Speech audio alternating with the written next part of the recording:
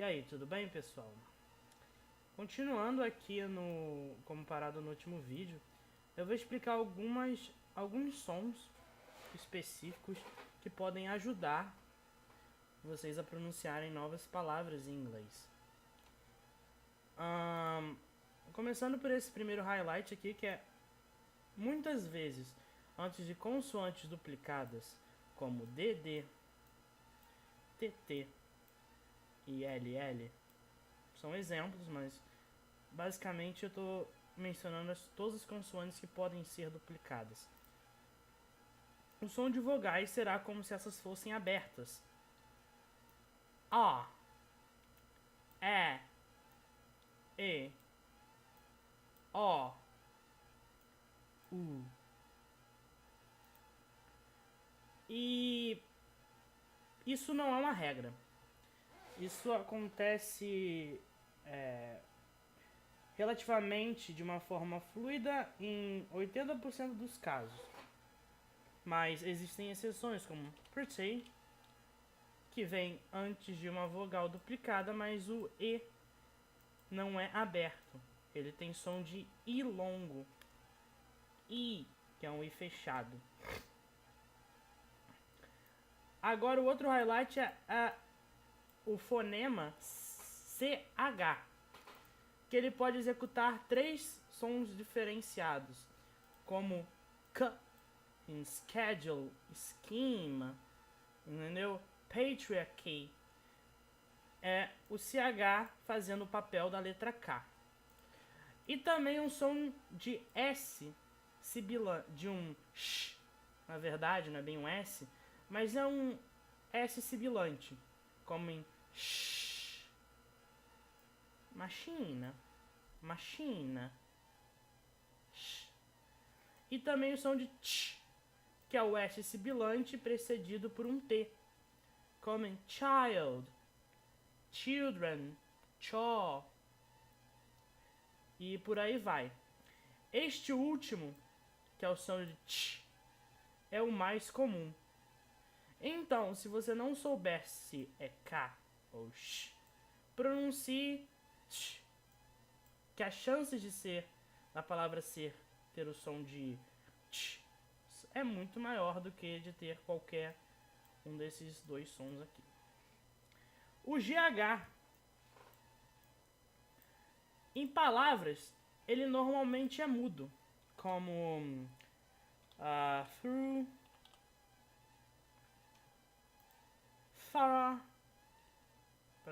thorough e sei lá, fight. Ele não tem som, ele é mudo.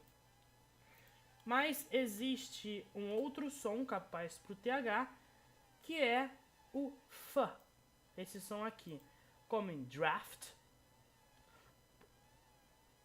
e rough. Entende?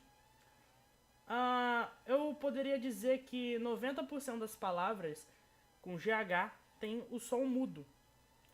Mas existe aos 10% que tem o som de F. E essas palavras são bem comuns, então não é muito difícil de compreender qual vai ter qual som. O Y não é uma vogal, é uma consoante, mas todos nós sabemos que ela, tanto no português quanto no inglês, tem som de I. É uma forma, uma variação de I. No português a gente usa ela só para palavras estrangeiras, mas no inglês ela é muito comum, a letra Y. Muitas vezes ela funciona como a letra I, e uma versão longa da letra I, como em bury, flurry e floppy. E no caso, o Y também pode ser o ditongo I, como em cry, shy, sky. Ou ser um som de E, como em would, fud, jinx. E por aí vai. A letra A possui um som marcante, onde ela vira o ditongo A, como em patriarchy. E ate, que é o passado de eat, que é o verbo comer. E ela também pode se mutar e ganhar o som de O, que é o O aberto, como em só, ló, fall, e por aí vai. Essa versão com som de O é bem fácil de você perceber quando ela vai acontecer.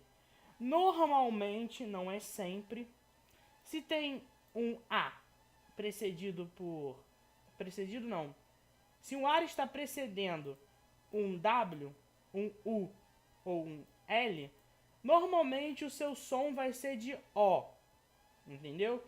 Tanto que eu botei o exemplo aqui, ó. Só, ló, fall. E o W não vai ser pronunciado, porque isso aqui vira um fonema que produz o som de O. Compreende? A letra I, a letra E, na verdade, possui na maioria dos casos um som de I, que é o I longo, como em harvest, defile, defile. E no entanto ela pode assumir um som de E, que é o E aberto, ou de E, como em essay, melt, measure. E basicamente essa é a estrutura. E é meio complicado de saber se vai ser um som de I ou um som de E ou E. É bem abstrato isso. A letra I possui na maioria dos casos um ditongo, o som do ditongo I, como em mine, dine, lime e pie.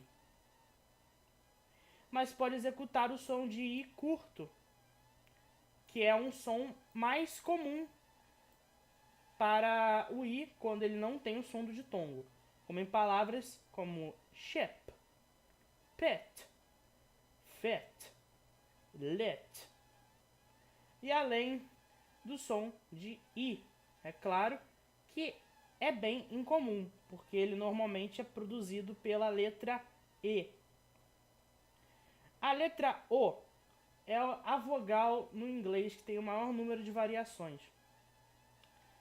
Inicialmente, aparece como a vogal AU, que é um A seguido por um U longo. E palavras como cow, plow, how, gown. E o O também pode apresentar o som de U, como em Quran, to, who. E existem também algumas poucas exceções onde o O vai ter som de an, wa ou mesmo I. Como por exemplo, a palavra one, onde o O aqui executa um fonema apenas, entendeu?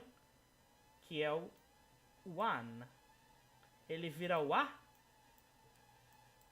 ele executa esse fonema aqui, somente a própria letra O, e seguido do N, que é o que engatilha esse fonema. Por isso que o E fica mudo. Aqui, indo para a vogal U. Ela inicialmente se apresenta como ditongo U. Entendeu? Que eu até esqueci de colocar a marca de que ele é longo. Entendeu? U.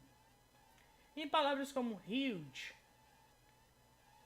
que é um exemplo aqui, mas você pode ver palavras como pursue, que esse sue aqui, ele se escreve foneticamente como sue.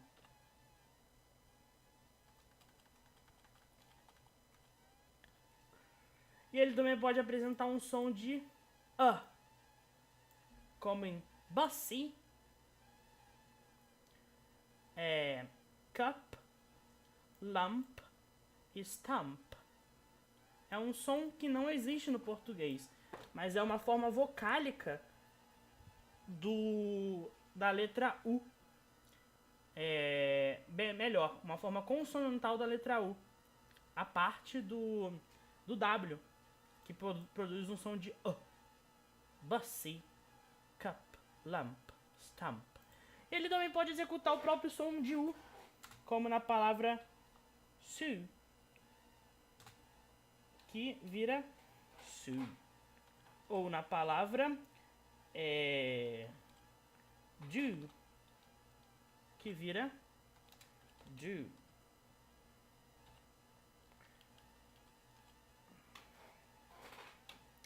E novamente, é abstrato saber quando cada som vai ser produzido. Entende? E tem também os ditongos fixos, como o, que tem som de U, e e, que tem som de I.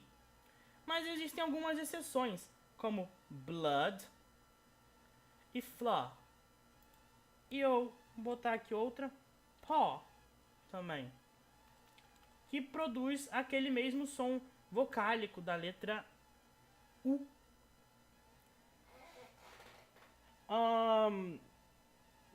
Basicamente, isso é pro vídeo de hoje.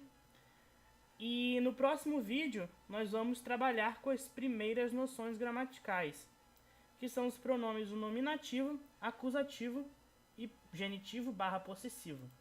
Então, obrigado por assistirem e por agora